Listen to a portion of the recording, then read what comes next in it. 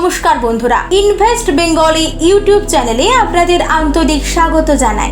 আপনারা জানেন এই চ্যানেলে অর্থনীতি নিয়ে নানা জানা অজানা দিক আমরা আপনাদের সামনে তুলে ধরি। হোক তা আমাদের রোজকার জীবনের সঙ্গে যুক্ত অর্থ ব্যবস্থা কিংবা দেশের অর্থনীতির বড় কোনো খবর, প্রতিটি বিষয়ই আমরা আলোচনা করি বিশেষ গুরুত্ব দিয়ে। তবে আজকের ভিডিও একটু আলাদা, কারণ সামনে আসছে বিশ্বকর্মা পুজো, আর এই পুজোর সঙ্গে যুক্ত একটি বেশ ইন্টারেস্টিং টপিক নিয়ে আজকের ভিডিও। হিন্দু পুরাণ অনুসারে বিশ্বকর্মা হলেন স্থাপত্য, যন্ত্রবিদ্যা, শিল্প এবং কারিগরদের প্রধান দেবতা। এক কথায় তাকে দেবতাদের ইঞ্জিনিয়ার বললে খুব একটা ভুল হবে বলে মনে হয় না। বেশিরভাগ বছরের মতো এই বছরেও বিশ্বকর্মা পুজো 17 সেপ্টেম্বর পড়েছে, আর এই সেই বিশেষ দিনের উপলক্ষেই আজকের এই ভিন্ন স্বাদের ভিডিও। বর্তমানে ভারতীয় অর্থনীতিতে এবং কাজের বাজারে ইঞ্জিনিয়ারিং ডিগ্রির গুরুত্ব ঠিক কতটা, ঠিক সেই বিষয় নিয়ে আজকের আলোচনা। এক সময় যেখানে মনে করা হতো যে ইঞ্জিনিয়ার হলেই জীবন বদলে যাবে, চাকরির অভাব হবে না, আর হাতে আসবে মোটা মাইনে, তা কি আজও সঠিক, নাকি পরিস্থিতি আমল বদলে গিয়েছে? একই সঙ্গে দেখব ভবিষ্যতেই বা কি পরিস্থিতি অপেক্ষা করছে।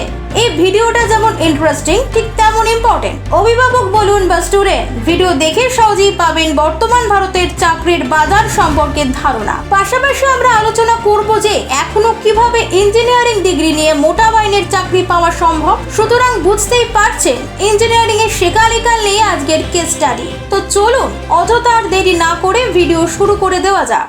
বিশ্বকর্মা পুজো বাঙালি সংস্কৃতির সঙ্গে অঙ্গাঙ্গিভাবে যুক্ত রয়েছে। সুপ্রাচীন কাল থেকেই বাংলায় এই পুজো হয়ে আসছে। বিশ্বকর্মা শিল্পের দেবতা এবং দেবতাদের প্রধান স্থপতি। এই পুজো মূলত সেই সকল পেশার মানুষের জন্য বিশেষ যারা নিজেদের প্রতিদিনের কাজে যন্ত্রপাতির ব্যবহার করে থাকে। বাংলার বিভিন্ন প্রান্তে বিশ্বকর্মা পুজো এক ভিন্ন মেজাজে পালিত হয়, যা সেই অঞ্চলের শিল্প ও সংস্কৃতির প্রতি শ্রদ্ধার এক অনন্য প্রতিফলন হয়ে ধরা পড়ে। বিশেষ করে পশ্চিমবঙ্গের শিল্পাঞ্চলগুলিতে বিশ্বকর্মা পুজো একটি বড় উৎসব হিসেবে পালিত হয়। ব্যারাকপুর, হুগলি, আসানসোল, দুর্গাপুর এবং হলদিয়ার মতো শিল্প কেন্দ্রগুলিতে এই পুজোর জাঁকজমকি অন্যরকম।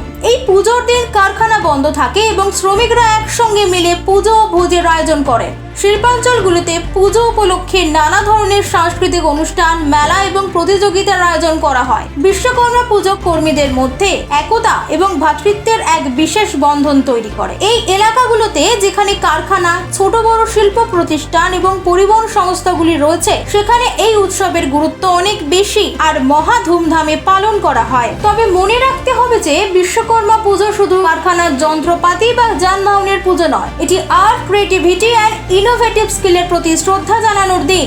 আর বিশ্বকর্মার সঙ্গে সব থেকে বেশি জড়িয়ে যদি কোনো প্রফেশন থাকে, সেই প্রফেশন নিঃসন্দেহে ইঞ্জিনিয়ারিং। ভারতে বর্তমানে রেকর্ড সংখ্যক ইঞ্জিনিয়ার রয়েছেন।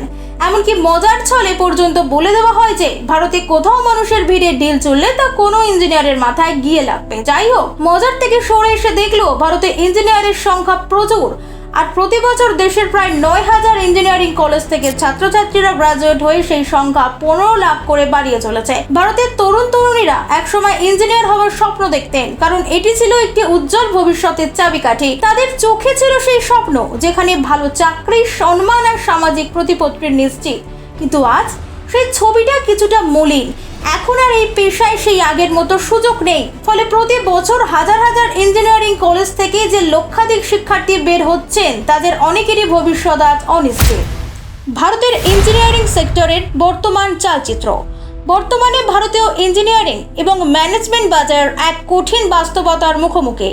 সাম্প্রতিক সমীক্ষায় দেখা যাচ্ছে 83% ইঞ্জিনিয়ারিং গ্র্যাজুয়েট এবং 46% বিজনেস ম্যানেজমেন্ট গ্র্যাজুয়েট তাদের প্রত্যাশা অনুযায়ী চাকরি বা ইন্টার্নশিপের সুযোগ পাচ্ছেন না। এই হতাশার পেছনে বেশ কিছু জটিল কারণ রয়েছে। প্রথমত, শিক্ষার মান।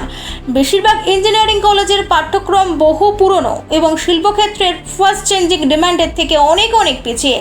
স্বাভাবিকভাবেই শিক্ষার্থীরা এমন নলেজ নিয়ে গ্র্যাজুয়েট হয়ে বের হচ্ছেন যা বর্তমান চাকরির বাজারে অপ্রাসঙ্গিক। দ্বিতীয়ত, দক্ষতার অভাব। শুধু পড়াশোনা না, প্রযুক্তির দ্রুত পরিবর্তনের সঙ্গে তাল মিলিয়ে চলার জন্য প্রয়োজনীয় সফট স্কিল, যেমন অন্যের সঙ্গে সঠিকভাবে কথা বলে নিজের ভিউ পয়েন্ট রাখা, অনেকের সঙ্গে মিলে সফলভাবে কোনো কাজ করা এবং হাতে কলমে শেখার সুযোগের অভাব রয়েছে, যা তাদের সফল কর্মজীবনের জন্য মাস্ট।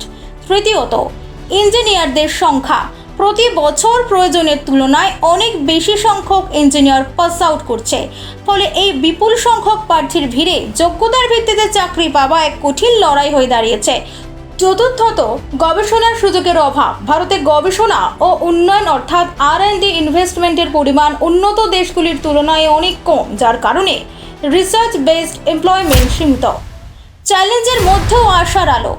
এই কঠিন পরিস্থিতিতেও কিছু ইতিবাচক দিক রয়েছে যা আমাদের আশাবাদী করে তোলে। এই চ্যালেঞ্জগুলো নতুন সুযোগ এবং সম্ভাবনার পথ দেখাচ্ছে। বর্তমানে artificial intelligence, AI, machine learning, ML, data science, cyber security এবং ব্লকচেইনের মতো অত্যাধুনিক প্রযুক্তিগুলোর চাহিদা ক্রমশ বাড়ছে। এই ক্ষেত্রগুলোতে দক্ষ ইঞ্জিনিয়ারদের জন্য নতুন নতুন কাজের সুযোগ তৈরি হচ্ছে। সারা বিশ্বে অনেক কোম্পানি এই প্রযুক্তিগুলোর ওপর নির্ভর করে তাদের ব্যবসা বাড়াচ্ছে। ফলে এই দক্ষতা যাদের আছে তাদের জন্য চাকরির বাজার আগের থেকে অনেক বেশি সম্ভাবনাময় হয়ে গিয়েছে। পাশাপাশি সরকার make in India, digital India এবং স্টার্ট আপ ইন্ডিয়ার মতো প্রকল্পগুলোর মাধ্যমে দেশীয় উৎপাদন এবং প্রযুক্তিগত উদ্ভাবনকে উৎসাহিত করছে। এই উদ্যোগগুলো শুধু শিল্পক্ষেত্রেই নয়, বরং তরুণ উদ্যোক্তাদের জন্য নতুন পথ খুলে দিচ্ছে। এর ফলে অনেক স্টার্ট আপ তৈরি হচ্ছে যা কর্মসংস্থান বৃদ্ধিতে গুরুত্বপূর্ণ ভূমিকা রাখছে। এই প্রকল্পগুলো অর্থনৈতিক অবস্থাকে আরও বাড়াবে, যা দেশকে আত্মনির্ভরশীল করতে সাহায্য করবে। অনেক ভারতীয় শিক্ষার্থী এখন বিদেশে বা দেশের শীর্ষস্থানীয় প্রতিষ্ঠানে উচ্চশিক্ষা ও গবেষণার দিকে ঝুঁকছেন। এটি তাদের কর্মজীবনের জন্য নতুন দিগন্ত খুলে দিচ্ছে। বিশেষ করে IIT এবং অন্যান্য শীর্ষ প্রতিষ্ঠানগুলোতে স্কলারশিপ এবং উন্নত গবেষণার সুযোগ বেড়েছে, যা মেধাবী শিক্ষার্থীদের জন্য সুবর্ণ সুযোগ এনে দিয়েছে। এই শিক্ষা এবং গবেষণা দেশের ভবিষ্যৎ উন্নয়নে গুরুত্বপূর্ণ ভূমিকা রাখবে। ভবিষ্যৎ ইঞ্জিনিয়ারদের জন্য পরামর্শ। ভবিষ্যৎ ইঞ্জিনিয়ারদের জন্য একটি উজ্জ্বল পথ তৈরি করতে প্রচলিত ধারার বাইরে এসে আধুনিক প্রযুক্তির দিকে নজর দেওয়া অত্যন্ত জরুরি। যারা এই মুহূর্তে ইঞ্জিনিয়ারিং পড়ছেন বা পড়ার কথা ভাবছেন তাদের কিছু গুরুত্বপূর্ণ বিষয় মাথায় রাখতে হবে। প্রথমত, আপনি কোন স্ট্রিম নির্বাচন করছেন সেটা খুবই গুরুত্বপূর্ণ। গতানুগতিক সিভিল বা মেকানিক্যাল ইঞ্জিনিয়ারিং এর পরিবর্তে এখনকার বাজারে computer science, data science, artificial intelligence এবং মেশিন লার্নিং এর মতো প্রযুক্তি নির্ভর শাখাগুলোর চাহিদা অনেক বেশি। এই বিষয়গুলো শুধু বর্তমানে নয়, বরং ভবিষ্যতের কর্মজীবনের জন্য অত্যন্ত প্রাসঙ্গিক। তাই নিজের আগ্রহ এবং বাজারের চাহিদার কথা মাথায় রেখে কোর্স ঠিক করা উচিত। দ্বিতীয়ত, শুধু সিলেবাসের উপর নির্ভর করে বসে থাকলে হবে না। পুঁথিগত বিদ্যার পাশাপাশি প্র্যাকটিক্যাল নলেজ সমান গুরুত্বপূর্ণ। বিভিন্ন অনলাইন প্ল্যাটফর্ম থেকে কোর্স করা, সার্টিফিকেশন নেওয়া এবং বিভিন্ন প্রজেক্টে হাতে কলমে কাজ করার মাধ্যমে নিজেদের দক্ষতা বাড়াতে হবে। এই বাড়তি প্রচেষ্টা আপনাকে অন্য শিক্ষার্থীদের থেকে এগিয়ে রাখবে। তৃতীয়ত, পড়াশোনার সময় ইন্টার্নশিপের অভিজ্ঞতা অর্জন করার চেষ্টা করুন। ইন্টার্নশিপ শুধু কর্মক্ষেত্রের বাস্তব জ্ঞানই দেয় না, বরং এটি আপনাকে পেশাদারিত্বের সঙ্গে পরিচয় করিয়ে দেয়। একটি ভালো ইন্টার্নশিপের অভিজ্ঞতা ভবিষ্যতে ভালো চাকরি পাওয়ার সম্ভাবনা অনেক বাড়িয়ে দেয়। সব শেষে নিজেকে প্রতিনিয়ত আপডেট রাখা এবং নতুন প্রযুক্তি সম্পর্কে জানার আগ্রহ রাখা অপরিহার্য। প্রযুক্তি দ্রুত পরিবর্তিত হচ্ছে, তাই বাজারের চাহিদা অনুযায়ী নিজেকে প্রস্তুত রাখা এবং নতুন নতুন দক্ষতা অর্জন করা একজন সফল ইঞ্জিনিয়ারের জন্য খুব প্রয়োজন। একসময় ইঞ্জিনিয়ারিং ছিল সাফল্যের প্রতীক, কিন্তু এখন সেই সেক্টরেই বেকারত্ব বাড়ছে। শিক্ষা ব্যবস্থা পুরনো সিলেবাসে আটকে থাকায় শিক্ষার্থীদের দক্ষতার অভাব প্রকট। তাই বিশ্বকর্মা পুজোর দিনে যখন প্রযুক্তি ও শিল্পের জয়গান হয়, তখন আমাদের তরুণ প্রজন্মের ভবিষ্যৎ নিয়ে নতুন করে ভাবা উচিত। আজকের এই ইনফরমেটিভ ভিডিওটি দেখে আপনার ভালো লাগলে লাইক করতে ভুলবেন না। আর কোন বিষয়ে আপনারা ভিডিও দেখতে চান আমাদের কমেন্ট করে জানাতে পারেন এবং নিচে থাকা সাবস্ক্রাইব বাটনে ক্লিক করে চ্যানেলটি সাবস্ক্রাইব করে দিন। আজকের ভিডিও এইটুকুই। আমাদের সকল ভিউয়ার্সদের জানাই বিশ্বকর্মা পুজোর আন্তরিক শুভেচ্ছা। আমরা আবার শীঘ্রই ফিরব অর্থনীতির অন্য কোনো ইন্টারেস্টিং টপিক নিয়ে। সকলে ভালো থাকবেন। নমস্কার।